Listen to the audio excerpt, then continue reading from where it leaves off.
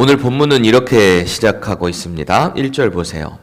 그동안에 무리 수만 명이 모여서 서로 밟힐 만큼 되었더니 예수께서 먼저 제자들에게 말씀하여 이르시되 그래요. 여기서 그동안에 라는 이 시간적인 표현이 먼저 시작되고 있죠. 그동안에 라는 말은 앞서 어떤 사건이 있었고 그 일이 계속해서 지속되고 있다라는 걸 의미하고 있어요. 그래서 이 12장 본문의 앞선 내용이 무슨 내용이었는가를 우리가 살펴볼 필요가 있는데 문맥적으로 보니까 앞에서 예수님께서 한 바리새인의 집에 식사 초청을 받으셨었는데 거기서 손을 안 씻으시니까 이상하게 여깁니다. 자기네들은 깨끗이 신고 위생을 청결하게 하는데 마치 이것이 율법의 정결함으로 이어지는 것처럼 이들은 생각합니다. 그러니까 하나님이신 예수님은 그들의 마음을 아시고 그들이 겉으로만 외식하는, 겉으로만 거룩한 척하는 그들의 모습을 지적하세요. 그리고 심지어는 화 있을진저 몇 번이나 반복해서 그들의 위선적인 모습을 지적하셨어요. 그리고 심판을 경고하셨습니다. 그러니까 대놓고 그런 얘기 듣다 보면 어떨 것 같으세요? 기분이 나쁘겠죠. 바리새인, 서기관 이런 유대 종교 지도자들이 화가 잔뜩 났어요. 어떻게 해서든지 저 예수를 꼬투리 잡아서 저 사람을 넘겨야 되겠다라는 마음이 가득 차기 시작한 그때에, 그 동안에 시간이 이어지고 있는 거죠. 어떻게 하면 예수님을 잡을까 궁리를 하면서 이제 예수님을 타겟으로 삼고 감시를 하고 있는 지금 그런 상황이에요. 그런데 이런 긴박한 상황은 오히려 많은 사람들에게 구경거리가 되는 거 아니겠어요? 우리가 싸움 구경 참 좋아하잖아요. 불구경, 싸움 구경 이런 거 참 좋아하죠. 그동안에 수만 명이 이런 장면들, 여러 가지 예수님의 기적들 보려고 수만 명이 발 디딜 틈도 없이 예수님 주변에 몰려들었어요. 그래서 오늘 우리는 이 본문을 묵상하기 전에 이 무리 가운데 있는 사람들은 어떤 부류였는가 한번 생각해 보시자고요. 이 수만 명 모인 무리 중에는 어떤 사람들은 예수님께서 직접 부른 사람들, 제자들도 있어요. 그리고 예수님의 말씀을 듣고 진정으로 쫓는 사람들도 있었을 거예요. 또 어떤 사람들은 저분이 오늘은 무슨 말씀을 하실까? 오늘은 또 어떤 말씀으로 센세이션을 불러일으킬까? 호기심으로 따라온 사람들도 있었을 거예요. 목이 뻣뻣한 저 유대 종교 지도자들을 오늘은 또 어떤 말씀으로 그 코를 납작하게 하실까? 그거 궁금해하는 사람들도 있지 않았겠어요? 또 어떤 사람들은 오늘은 예수님이 어떤 병을 고쳐주시고 어떤 초자연적인 역사를 일으키실까? 궁금해하며 몰린 사람들도 있었겠죠.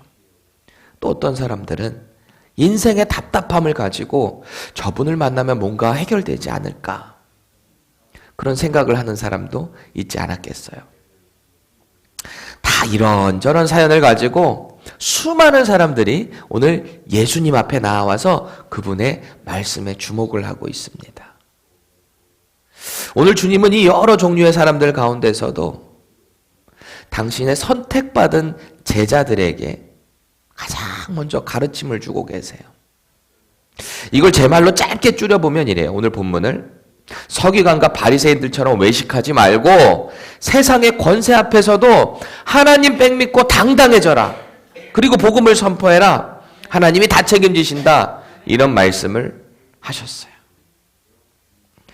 그런데 이때 예수님의 제자로 초청받지 않은 사람 중에 한 사람이, 그러니까 무리에 낀 어떤 한 사람이 대뜸 하나님의 나라의 그 이야기를 하고 있는데 대뜸 주님을 향해서 질문을 합니다. 말이 질문이지 자기 소원을 이루어달라는 요청을 하고 있는 거예요. 우리도 왜 설교 듣다 보면 다 자기의 상황에서 이 말씀을 이렇게 어플라이를 하잖아요. 자기 나름대로 자기 상황을 비춰볼 때 결론을 내고 거기에 대한 결단을 하기 마련이잖아요. 그래서 이 사람도 아마 그 예수님의 말씀을 듣던 중에 나름대로 결론을 내리고 이거를 부탁드려야 되겠구나. 급하게. 왜 속으로 생각하면 꼭 입으로 뱉어야 되는 사람들 있죠. 아마 이 사람도 그랬던 것 같아요. 계속해서 하나님의 나라를 선포하고 있는데 갑자기 주님께 한다는 소리가, 선생님, 제 형에게 좀 명령하셔서 아버지께로부터 받은 유산을 좀 나눠주게 해주세요. 이 이야기를 한 거예요. 하나님의 일을 대하는 제자의 자세를 가르치시는 예수님의 그 가르침은 뒷전이에요. 지금 당장 자기에게 필요한 그 유산 좀 나눠주세요. 이 이야기를 하나님의 나라를 선포하고 있는, 하나님 나라의 원리, 복음을 어떻게 전해야 되는가, 이 땅에서 우리가 정말 누려야 될 가치가 무엇인가, 이것을 설명하고 있는 주님께 이 부탁을 하고 있는 거예요. 아마 이 사람 나름대로는 이런 생각을 했겠죠. 저 정도의 권위를 갖고 있는 선생님이라면 나의 이 문제를 해결해 주실 거야. 아마 그 생각을 했을 거예요. 주님께서 열심히 하나님 나라의 그 원리를 말씀하셨는데 고작 생각한다는 것이 자기 머리에 가득 차 있는 탐욕뿐입니다. 그런데 사실 우리도 마찬가지지 않나요? 하나님의 말씀을 우리 각자의 상황과 형편에 따라서 적용할 때가 참 많잖아요. 세상이 평가하는 성공의 자리는 하나님의 뜻이야. 하나님은 나를 성공하게 하실 거야. 모든 게 세상의 가치, 세상의 성공의 자리, 이것이야말로 하나님이 원하는 거야. 초점이 맞춰져 있어요. 상대적으로 우리가 뭔가 외면당하거나 내가 고통당하는 건 이건 다 사탄이 주는 거야. 좋은 건 다 하나님의 뜻, 안 좋은 건 다 사탄의 생각 말이죠. 하나님의 말씀은 과연 내가 바라고 소원하는 모든 것을 이뤄주는 도구일까요? 내가 원하는 건 다 하나님의 뜻일까요? 이에 대한 주님의 호통이 오늘 본문 14절 가운데 나오고 있는데 현대인의 성경으로 조금 부드럽게 보실까요? 그러나 예수님은 그에게, 이 사람아, 내가 너희 재판관이나 재산 나누는 사람인 줄 아느냐? 그래요. 주님이 왜 이 말씀을 하셨는지, 주님이 아무것도 모르고 이 말씀을 하신 건 아니었을 거예요. 당시 유대 사회에서는 이 상속에 대한 규례를 이미 알고 있어요. 민수기 27장 1절에서 11절에 보면은 어떤 상속을 이루어야 된다. 또 신명기 21장 15절에도 이 상속에 대한 규례가 명시되어 있어요. 그런데 만약에 법규가 이 규례에 따라서 재산이 잘 분배되지가 않을 경우에는 당시에는 랍비, 그러니까 선생님에게 소송할 수 있었어요. 이걸 좀 조정해달라고 이야기할 수가 있었어요. 그런데 오늘 이 사람이 예수님을 부르는 호칭이 뭐였죠? 뭐라고 부르죠? 주님께 나와서 선생님이요 그랬잖아요. 그러니까 레바이 이렇게 부른 거거든요. 이 사람은 인류를 구원하러 이 땅에 오신 예수님을 그저 레바이, 그냥 랍비, 선생님 정도로 보고 있는 거예요. 저 정도의 말의 권세를 갖고 있는 분이라면 이 일 정도는 쉽게 처리해 주실 거야. 이렇게 생각한 거죠. 지금 이 사람의 머릿속에 가득 찬 생각은 뭘까요? 온통 아버지 유산 물려받는 거. 지금 하나님의 말씀이 선포되고 있는데 온갖 머리에는 아버지 유산, 이거 어떻게 하면 나눌 수 있을까? 문득 떠올랐을 수도 있겠지만 어쨌든 마음에 가득 붙잡고 있었던 생각이 그거니까 하나님 말씀을 듣다가도 문득 그게 떠오른 거죠. 이에 대한 주님의 답변 보세요. 15절 세 번역으로 봅니다. 그리고 사람들에게 말씀하셨다. 너희는 조심하여 온갖 탐욕을 멀리하여라. 온갖 탐욕.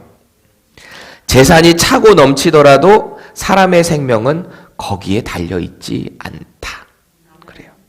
쉽게 말하면 너는 지금 네 형 유산만 물려받으면 이 땅에서 모든 문제가 해결될 것 같으냐? 그런데 그것보다 더 심각한 문제가 있다. 그렇게 말씀하시는 거예요. 오늘 주님은 하나님 나라의 복음의 핵심을 지적하세요.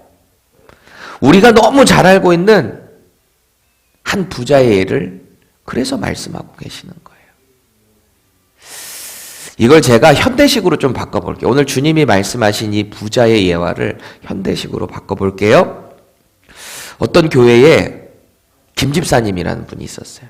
근데 이 김 집사님이 애틀란타에다가 수시집을 하나 딱 차렸는데 이 수시집이 대박이 난 거예요. 그래서 어마어마한 돈을 법니다. 사람이 점점 고객이 많아지다 보니까 식당 공간이 좁아졌어요. 그래서 펜사콜라 지역에다가 브랜치를 하나 냈어요. 그런데 펜사콜라에서도 또 대박이 난 거예요. 그 데스틴에다가 하나 또 냅니다. 그러다가 저쪽 알라바마까지 진출해서 몽고메리에다 또 하나 팍 크게 냈어요. 하는 것마다 대박이 나는 거예요. 미국 전역으로 달라스로 LA로 막 점점 퍼져가요. 심지어는 한국에까지 역수출이 돼가지고 가게가 대박이 났어요. 창업 초기에는 자신이 뭐든지 다 해야 돈이 만져졌는데 이제는 직원들이 매니저들이 알아서 돈을 막 벌어다 주는 거예요. 가만히 있어도 떼부자가 되고 있는 이 상황. 평생에 꿈꿔왔던 인생의 성공을 경험하게 됩니다. 이 김 집사님이 사업 초기에는 신앙생활도 열심히 했어요. 교회도 열심히 나가고 말씀도 열심히 듣고 기도도 열심히 했어요. 왜요? 그때 당시에 꿈이 사업에 성공하기 위해서. 하나님 제게 이 성공의 기회만 주신다면 제가 평생 주님을 위해서 헌신하겠습니다. 모든 재산을 다 하나님의 영광을 위해서 쓰겠습니다. 그런데 웬걸요? 하나님이 복을 주셔서, 뭐 그래서 복을 주셨는지 어쨌는지는 모르겠지만 하나님이 복을 주셔서 이 사업이 번창하게 되다 보니까 점점 바빠지고 이제는 하나님과의 관계가 서서히 멀어지기 시작한 거예요. 이제는 주일 예배 한번 나오기도 빠듯합니다. 너무 바빠서. 과연 이게 복일까요? 처음에는 그토록 간절히 찾던 하나님이었는데 이제는 자신도 모르게 이렇게 생각하는 것 같아요. 이 바쁘신 몸이 주일날 한번 이 자리에 나온 것만 해도 주님 감사하세요. 이 바쁜 몸이 교회 나왔잖아요. 감사하세요. 그래서 하나님께서는 이내 이 김 집사님의 생명을 찾으시기로 작정하십니다. 결국 이 김 집사님은 폐암 말기라는 사형 선고를 받아요. 그리고 그제서야 하나님 용서해 주세요. 제가 부족했습니다. 저를 다시 회복시켜 주세요. 이 이야기는 제가 그냥 만들어낸 이야기입니다. 그런데 얼마나 많은 이런 인생을 살아가는 사람들이 있어요. 이 김집사의 결론은 각자가 내세요. 그리고 15절 말씀 다시 보실까요? 오늘 본문 15절 보세요. 삼가 모든 탐심을 물리치라. 사람의 생명이 그 소유에 넉넉한 데 있지 아니하니라. 아멘. 우리는 이 본문에 두 단어에 주목해야 돼요.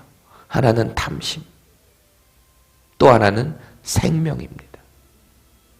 이 탐심이라고 기록되어 있는 이 헬라어 단어는 플레오넥시아라고 하는 단어인데 이 단어는 더 많은 이라는 뜻하고 가지다 라는 뜻이 합쳐진 거예요. 자기의 분에 넘치도록 더 많이 가지려고 하는 욕심이 바로 탐심인 거예요. 분에 넘치는 거. 반면에 생명이라고 번역된 이 헬라어 단어를 보면 조에라는 단어인데 여러분 많이 들어보셨죠? 1차적으로는 육체적인 우리의 생명을 뜻할 수도 있지만 또 다른 이면에는 오늘 본문에서 특히 말하고 있는 이 생명 조에는 이 세상의 어떤 것으로도 소유할 수 없는 하나님이 주시는 영원한 생명을 뜻해요. 오늘 주님은 단순히 재물을 많이 소유하고 또 그것을 위해서 열심히 일하는 그 부자를 책망하는 게 아니에요. 열심히 일하세요. 돈 열심히 버세요. 하나님의 영광을 위해서 그렇게 하세요. 그런데 중요한 것은 주님과 함께 있음에도 불구하고 머리에 온통 이 문제를 해결해 주실 거야. 아마 그 생각을 했을 거예요. 주님께서 열심히 하나님 나라의 그 원리를 말씀하셨는데 고작 생각한다는 것이 자기 머리에 가득 차 있는 탐욕뿐입니다. 그런데 사실 우리도 마찬가지지 않나요? 하나님의 말씀을 우리 각자의 상황과 형편에 따라서 적용할 때가 참 많잖아요. 세상이 평가하는 성공의 자리는 하나님의 뜻이야. 하나님은 나를 성공하게 하실 거야. 모든 게 세상의 가치, 세상의 성공의 자리, 이것이야말로 하나님이 원하는 거야. 초점이 맞춰져 있어요. 상대적으로 우리가 뭔가 외면당하거나 내가 고통당하는 건 이건 다 사탄이 주는 거야. 좋은 건 다 하나님의 뜻, 안 좋은 건 다 사탄의 생각 말이죠. 하나님의 말씀은 과연 내가 바라고 소원하는 모든 것을 이뤄주는 도구일까요? 내가 원하는 건 다 하나님의 뜻일까요? 이에 대한 주님의 호통이 오늘 본문 14절 가운데 나오고 있는데 현대인의 성경으로 조금 부드럽게 보실까요? 그러나 예수님은 그에게 이 사람아, 내가 너희 재판관이나 재산 나누는 사람인 줄 아느냐? 그래요. 주님이 왜 이 말씀을 하셨는지 주님이 아무것도 모르고 이 말씀을 하신 건 아니었을 거예요. 당시 유대 사회에서는 이 상속에 대한 규례를 이미 알고 있어요. 민수기 27장 1절에서 11절에 보면은 어떤 상속을 이루어야 된다. 또 신명기 21장 15절에도 이 상속에 대한 규례가 명시되어 있어요. 그런데 만약에 법규가 이 규례에 따라서 재산이 잘 분배되지가 않을 경우에는 당시에는 랍비, 그러니까 선생님에게 소송할 수 있었어요. 이걸 좀 조정해달라고 이야기할 수가 있었어요. 그런데 오늘 이 사람이 예수님을 부르는 호칭이 뭐였죠? 뭐라고 부르죠? 주님께 나와서 선생님이요 그랬잖아요. 그러니까 레바이 이렇게 부른 거거든요. 이 사람은 인류를 구원하러 이 땅에 오신 예수님을 그저 레바이, 그냥 랍비, 선생님 정도로 보고 있는 거예요. 저 정도의 말의 권세를 갖고 있는 분이라면 이 일 정도는 쉽게 처리해 주실 거야. 이렇게 생각한 거죠. 지금 이 사람의 머릿속에 가득 찬 생각은 뭘까요? 온통 아버지 유산 물려받는 거. 지금 하나님의 말씀이 선포되고 있는데 온갖 머리에는 아버지 유산 이거 어떻게 하면 나눌 수 있을까? 문득 떠올랐을 수도 있겠지만 어쨌든 마음에 가득 붙잡고 있었던 생각이 그거니까 하나님 말씀을 듣다가도 문득 그게 떠오른 거죠. 이에 대한 주님의 답변 보세요. 15절 새 번역으로 봅니다. 그리고 사람들에게 말씀하셨다. 너희는 조심하여 온갖 탐욕을 멀리하여라. 온갖 탐욕. 재산이 차고 넘치더라도 사람의 생명은 거기에 달려있지 않다. 그래요. 쉽게 말하면 너는 지금 네 형 유산만 물려받으면 이 땅에서 모든 문제가 해결될 것 같으냐? 그런데 그것보다 더 심각한 문제가 있다. 그렇게 말씀하시는 거예요. 오늘 주님은 하나님 나라의 복음의 핵심을 지적하세요. 우리가 너무 잘 알고 있는 한 부자의 예를 그래서 말씀하고 계시는 거예요. 이걸 제가 현대식으로 좀 바꿔볼게요. 오늘 주님이 말씀하신 이 부자의 예화를 현대식으로 바꿔볼게요. 어떤 교회에 김 집사님이라는 분이 있었어요. 근데 이 김 집사님이 애틀란타에다가 수시집을 하나 딱 차렸는데 이 수시집이 대박이 난 거예요. 그래서 어마어마한 돈을 법니다. 사람이 점점 고객이 많아지다 보니까 식당 공간이 좁아졌어요. 그래서 펜사콜라 지역에다가 브랜치를 하나 냈어요. 그런데 펜사콜라에서도 또 대박이 난 거예요. 그 데스틴에다가 하나 또 냅니다. 그러다가 저쪽 알라바마까지 진출해서 몽고메리에다 또 하나 팍 크게 냈어요. 하는 것마다 대박이 나는 거예요. 미국 전역으로 달라스로 LA로 막 점점 퍼져가요. 심지어는 한국에까지 역수출이 돼가지고 가게가 대박이 났어요. 창업 초기에는 자신이 뭐든지 다 해야 돈이 만져졌는데 이제는 직원들이 매니저들이 알아서 돈을 막 벌어다 주는 거예요. 가만히 있어도 떼부자가 되고 있는 이 상황. 평생에 꿈꿔왔던 인생의 성공을 경험하게 됩니다. 이 김 집사님이 사업 초기에는 신앙생활도 열심히 했어요. 교회도 열심히 나가고 말씀도 열심히 듣고 기도도 열심히 했어요. 왜요? 그때 당시에 꿈이 사업에 성공하기 위해서. 하나님 제게 이 성공의 기회만 주신다면 제가 평생 주님을 위해서 헌신하겠습니다. 모든 재산을 다 하나님의 영광을 위해서 쓰겠습니다. 그런데 웬걸요? 하나님이 복을 주셔서, 뭐 그래서 복을 주셨는지 어쨌는지는 모르겠지만 하나님이 복을 주셔서 이 사업이 번창하게 되다 보니까 점점 바빠지고 이제는 하나님과의 관계가 서서히 멀어지기 시작한 거예요. 이제는 주일 예배 한번 나오기도 빠듯합니다. 너무 바빠서. 과연 이게 복일까요?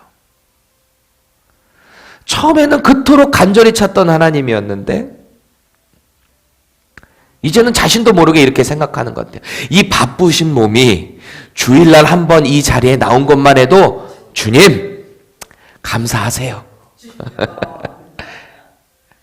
이 바쁜 몸이 교회 나왔잖아요. 감사하세요. 그래서 하나님께서는 이내 이 김 집사님의 생명을 찾으시기로 작정하십니다. 결국 이 김 집사님은 폐암 말기라는 사형 선고를 받아요. 그리고 그제서야 하나님 용서해 주세요. 제가 부족했습니다. 저를 다시 회복시켜 주세요. 이 이야기는 제가 그냥 만들어낸 이야기입니다. 그런데 얼마나 많은 이런 인생을 살아가는 사람들이 있어요. 이 김 집사의 결론은 각자가 내세요. 그리고 15절 말씀 다시 보실까요? 오늘 본문 15절 보세요. 삼가 모든 탐심을 물리치라. 사람의 생명이 그 소유에 넉넉한 데 있지 아니하니라. 아멘. 우리는 이 본문에 두 단어에 주목해야 돼요. 하나는 탐심, 또 하나는 생명입니다. 이 탐심이라고 기록되어 있는 이 헬라어 단어는 플레오넥시아라고 하는 단어인데 이 단어는 더 많은 이라는 뜻하고 가지다 라는 뜻이 합쳐진 거예요. 자기의 분에 넘치도록 더 많이 가지려고 하는 욕심이 바로 탐심인 거예요. 분에 넘치는 거. 반면에 생명이라고 번역된 이 헬라어 단어를 보면 조에라는 단어인데 여러분 많이 들어보셨죠? 1차적으로는 육체적인 우리의 생명을 뜻할 수도 있지만 또 다른 이면에는 오늘 본문에서 특히 말하고 있는 이 생명 조에는 이 세상의 어떤 것으로도 소유할 수 없는 하나님이 주시는 영원한 생명을 뜻해요. 오늘 주님은 단순히 재물을 많이 소유하고 또 그것을 위해서 열심히 일하는 그 부자를 책망하는 게 아니에요.